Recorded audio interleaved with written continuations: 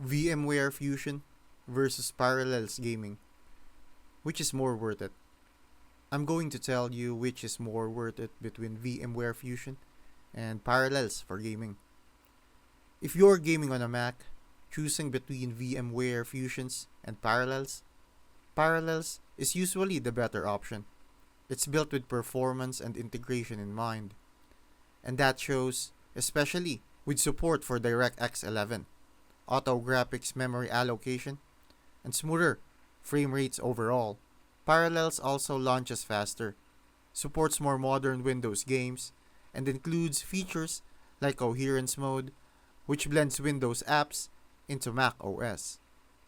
VMware Fusion, while great for general virtualization and more flexible in terms of advanced configurations, tends to lag behind when it comes to GPU performance and gaming stability. If you're trying to run lighter or older games, Fusion might hold up, but for anything graphically intensive, Parallels is the better option. The catch: Parallels cost more and requires a yearly subscription. But if your main goal is gaming and you want minimal hassle, Parallels should be worth it.